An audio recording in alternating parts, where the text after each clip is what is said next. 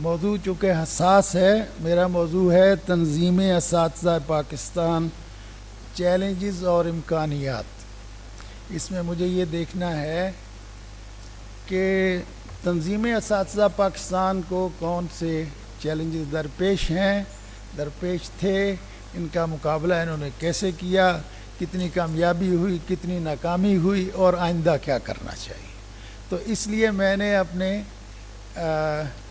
باتوں کو لکھ لیا ہے، لیکن مختصر ہے، اس لیے میں تقریر تو نہیں کروں گا، اپنا پیپر پڑھوں گا، لیکن چونکہ پیپر مختصر ہے اس لیے امید ہے کہ آپ میری باتوں پر توجہ فرما سکیں گے اور بور نہیں ہوں گے۔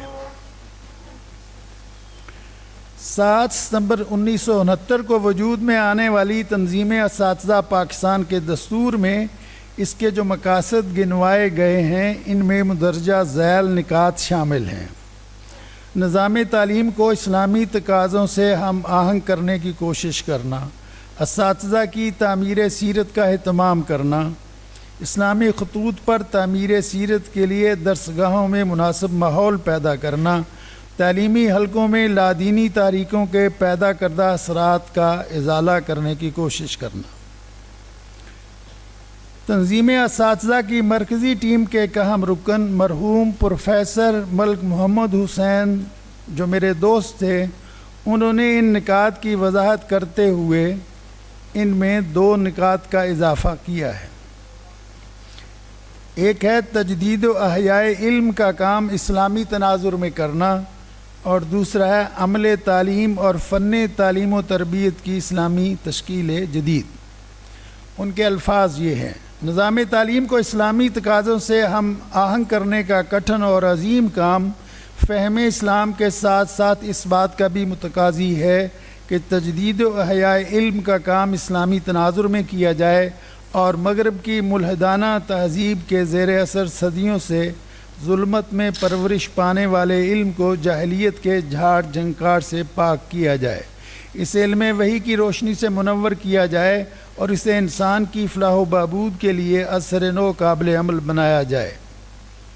اس کے ساتھ ساتھ عمل تعلیم اور فن تعلیم و تربیت کی اسلامی تشکیل جدید بھی ضروری ہے تاکہ صحیح علم صحیح عمل سے گزر کر مسلمان بچوں کے اذہان کی آبیاری کرے اور انہیں اسلامی نشت ثانیہ کے لیے مسلم امہ کی ان اہم ذمہ داریاں سنبھالنے کے اہل بنائے۔ اسی طرح تنظیم اساتذہ پاکستان کے دستور نے اپنے ہر رکن کے لیے جو ضابطہ اخلاق تجویز کیا ہے، اس کے مندرجہ ذیل 2 نکات بھی ہمارے پیش نظر رہنا چاہیے۔ وہ اپنی زندگی کو احکام الہی اور سنت رسول کے مطابق ڈھالے گا اور ان امور سے بچنے کی کوشش کرے گا جو اللہ تعالیٰ اور اس کے رسول صلی اللہ علیہ وسلم کی ناراضگی کا باعث ہیں۔ وہ اسلام کا انسان مطلوب بنانے کی غرض سے اپنے شاگردوں کی تربیت کو ہر لمحہ پیش نظر رکھے گا۔ اس کے بعد مختلف مراحل میں اردو کے نفاذ، مخلوط تعلیم کے خاتمے، انگلش میڈیم، انگریزی زبان کی بالادستی کی مخالفت، خواتین یونیورسٹی کے قیام، قومی تعلیمی پالیسیوں کی اسلامی تقاضوں کے مطابق تشکیل اور نظام تعلیم کی اسلامی تشکیل نو کے حق میں مطالبات بھی شد و مد سے پیش کیے گئے۔ آج جبکہ تنظیم اساتذہ کو قائم ہوئے 56 سال گزر چکے ہیں، یعنی نصف صدی سے بھی زیادہ، تو رک کر ضرورت یہ دیکھنے کی ہے کہ تنظیم اساتذہ پاکستان نے ان نعروں، مطالبوں بلکہ اپنے اختیار کردہ مقاصد و اہداف کے لیے کتنا کام کیا، اس کے کیا نتائج نکلے اور آئندہ کے لیے اس کا لاہ عمل کیا ہونا چاہیے۔ یہاں ایک مشکل ہے، اور وہ یہ کہ اکثر دینی ادارے اور تحریکیں شروع ہوتی ہیں نصرت دین کے نام پر، لیکن کچھ عرصہ گزرنے کے بعد تحریکیں خود مقصود بن جاتی ہیں، اور دین کے لیے جد و جہد چونکہ مقدس گردانی جاتی ہے، اس لیے تحریکیں بھی مقدس بننے لگتی ہیں، اور ان کی حمایت یا مخالفت دین کی حمایت یا مخالفت کی طرح حق و باطل کا معیار بن جاتی ہے۔ یہاں پہنچ کر تحریک اور اس کی قیادت بھی اپنا فن پھیلا لیتی ہے اور نظم اور تنظیم کے مصالح کے نام پر ارکان کا حق تنقید و احتجاج اور احتساب بلکہ حق تجزیہ و تحقیق بھی چھین لیا جاتا ہے۔ یوں تحریک مقدس گائے بن جاتی ہے اور ارکان اس کے اندھے مقلد اور خاموش پجاری بن کر رہ جاتے ہیں۔ یوں تحریک اپنی اصلاح، فعالیت اور آگے بڑھنے کی قوت کھو دیتی ہے۔ پانی جب تک بہتا رہے تازہ اور قابل استعمال رہتا ہے، لیکن جب کھڑا رہے تو بو دینے لگتا ہے، سڑان پھیلاتا ہے اور ناقابل استعمال ہو جاتا ہے۔ عوامی زبان میں کہتے ہیں چلتی رہے تو گاڑی، کھڑی ہو جائے تو چھکڑا۔ دوسری مشکل بھی ہے اور وہ یہ ہے کہ ہمارا نظام تعلیم و تربیت اور تحریک اسلامی کا تنظیمی ڈھانچہ تجزیہ و تحقیق یعنی انالیٹیکل تھنکنگ اور تنقید و احتساب یعنی کریٹیکل تھنکنگ کی ترغیب اور تربیت دیتا ہی نہیں، یہ رٹو طوطے اور مریدان باصفا بناتا ہے۔ ظاہر ہے اس سے تعمیر شخصیت نہیں ہوتی، بلکہ شخصیت کچلی جاتی ہے اور ہر بات پر سر ہلانے والے بدھو وجود میں آتے ہیں۔ کوئی سوچنے اور بولنے والا ہو تو اسے گستاخ اور گنوار گردانا جاتا ہے اور وہ اور اس کا طرز عمل ناپسندیدہ اور ناگوار سمجھا جاتا ہے۔ ان حالات میں تنظیمیں، ادارے اور تحریکیں پہلے غیر فعال، غیر مؤثر اور عدم نتیجہ خیز یعنی ان پروڈکٹیو ہو جاتی ہیں، پھر چندے ان کا نام چلتا رہتا ہے، کام کوئی نہیں ہوتا اور بالآخر وہ تاریکی میں ڈوب کر تاریخ کا حصہ بن جاتی ہے۔ اگرچہ مغرب زدہ تعلیمی اداروں میں کریٹیکل تھنکنگ پیدا کی بھی جاتی ہے تو مسلم روایات اور اسلامی آدرشوں کے خلاف، نہ کہ مغرب کی الحادی تہذیب کے سیکولرزم اور لبرلزم کے خلاف۔ تنظیم اساتذہ پاکستان کی کامیابیوں اور ناکامیوں کا تفصیلی تجزیہ اس وقت میرے پیش نظر نہیں، البتہ اگر میں نرم سے نرم لہجہ بھی اختیار کروں تو کہہ سکتا ہوں کہ تنظیم اساتذہ پاکستان اس وقت اس طرح فعال اور پروڈکٹیو نہیں رہی جیسے اسے ہونا چاہیے یا جیسے کبھی یہ تھی۔ تنظیم اساتذہ کی فکری بنیاد مولانا مودودی علیہ الرحمہ کی کتاب تعلیمات تھی، لیکن مولانا کی اس فکر پر معاف کیجیے گا اب کہیں عمل ہوتا نظر نہیں آتا۔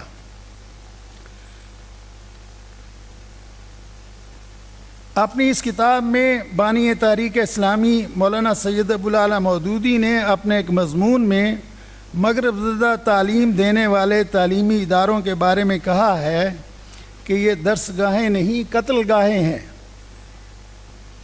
اور اپنے مضمون کے آغاز میں مولانا نے کہا ہے کہ میں کوئی جذباتی بات نہیں کر رہا، بلکہ یہ میری سوچی سمجھی سنجیدہ رائے ہے کہ یہ درس گاہیں نہیں قتل گاہیں ہیں۔ اور بات صرف تنظیم اساتذہ کے اسکولوں کی چین ہرا اسکولز کی نہیں، بلکہ ہمارے تاریخی بھائیوں کی پاکستان میں 4 یونیورسٹیاں ہیں، 20 کالجز ہیں اور دار ارقم، ریڈ سکولز اور نافع سے ملحق ہزاروں سکولز ہیں، لیکن ان سب میں مولانا مودودی علیہ الرحمہ کی فکر کے مطابق تعلیم نہیں دی جا رہی، بلکہ مولانا کے معیار کے مطابق یہ درس گاہیں نہیں قتل گاہیں۔ میری یہ گزارشات برائے اصلاح ہیں، یہ تنقید نہیں ہے، جیسا کہ اللہ تعالیٰ نے قرآن مجید میں حضرت شعیب علیہ السلام کی زبان سے سورہ ہود آیت 88 میں فرمایا، ان ارید الا الاصلاح ما استطعت۔ اور میں یہ مطالبہ نہیں کر رہا کہ آپ میری بات مانیں یا میری تجاویز پر عمل کریں، بلکہ میں تو یہ کہہ رہا ہوں کہ آپ بانی تحریک اسلامی مولانا سید ابوالعلا مودودی علیہ الرحمہ کی بات مانیں اور ان کی تجاویز پر عمل کریں۔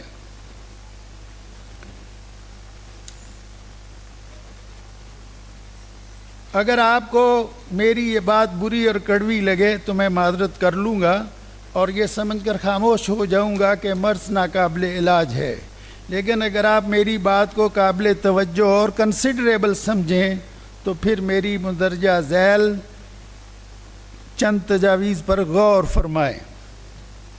نمبر 1، تنظیم اساتذہ پاکستان ایک ٹروتھ کمیشن بنائے۔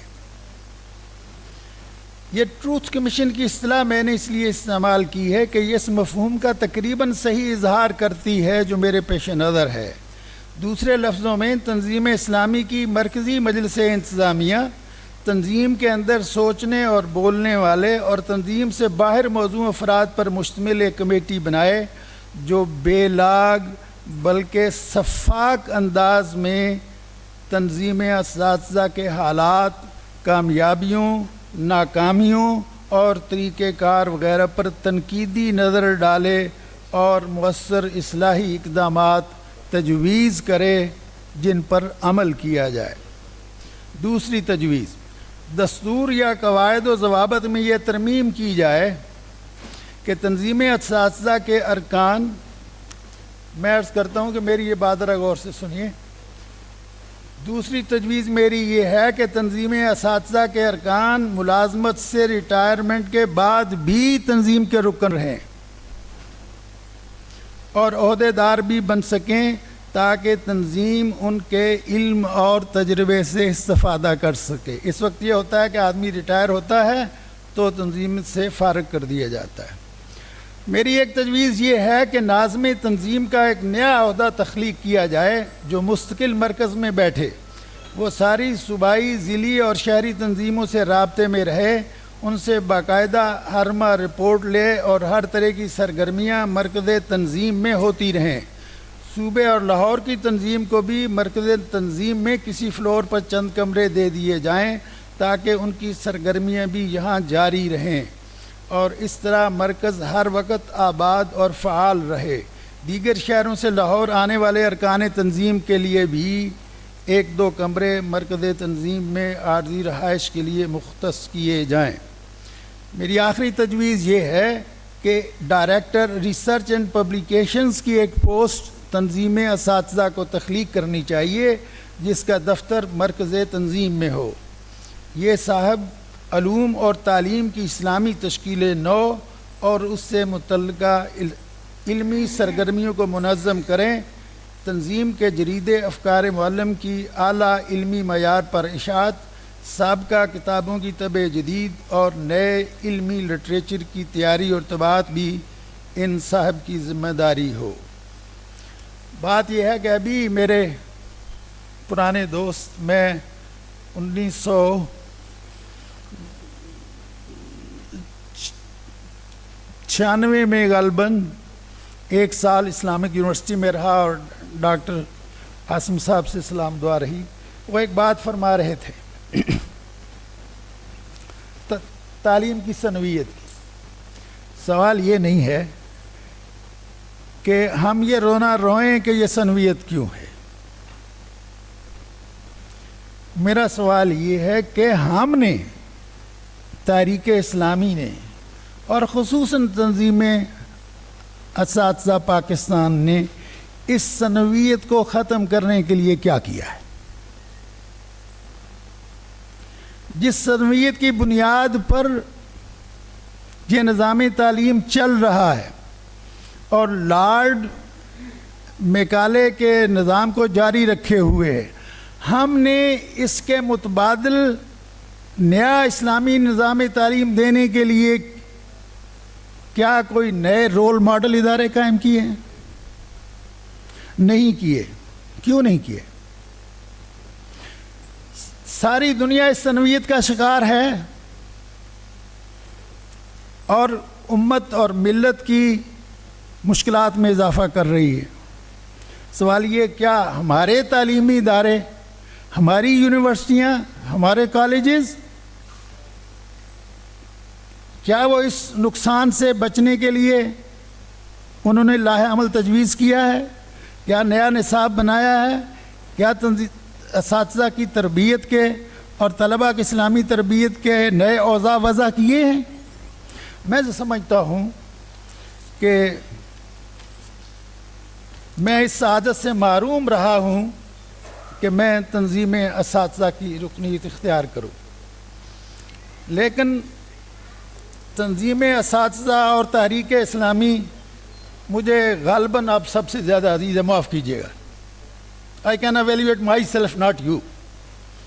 مجھے تحریک اسلامی سے محبت ہے اور تنظیم اساتذہ سے بھی. میں انہیں کامیاب دیکھنا چاہتا ہوں اور مجھے یہ کامیابی کے رستے پر قدم چلتی رکھتی نظر نہیں آتی. اس لیے اس محبت کی وجہ سے میں یہ باتیں کہہ رہا ہوں جو آپ سے کہہ رہا ہوں. میں صرف یہ چاہتا ہوں کہ آپ میری ان باتوں پر غور فرمائیں، تنظیم اسلامی کی قیادت بھی اور آپ جو اس کے ارکان ہیں وہ بھی. دیکھیے، جب تک ہم اپنا احتساب خود نہیں کریں گے دوسرا ہمیں کیا کر کے دے گا. تو آئیے اپنا احتساب کریں، اپنی کمزوریوں پر قابو پائیں اور اس رستے کی طرف تعلیم کو لے کر چلیں جس طرف بانی تحریک اسلامی مولانا سید ابوالعلا مودودی اس کو لے کے جانا چاہتے تھے. پچھلے دنوں نافع کے دفتر میں گیا. میں نے ابراہیم صاحب سے کہا، میں نے کہا میرے بس میں ہو تو میں مولانا کی کتاب تعلیمات کا ایک نسخہ آپ کے جتنے ہزاروں اسکول اور کالجز اور یونیورسٹیاں میں ہر ایک استاد کے ہاتھ میں جا کے دے دوں. ادرہ کرم یہ کتاب پڑھیے اور اسے راہ عمل بنائیے. اللہ تعالیٰ مجھے اور آپ کو ان باتوں پر عمل کرنے کی توفیق دے. وآخر دعوانا الحمدللہ رب العالمین.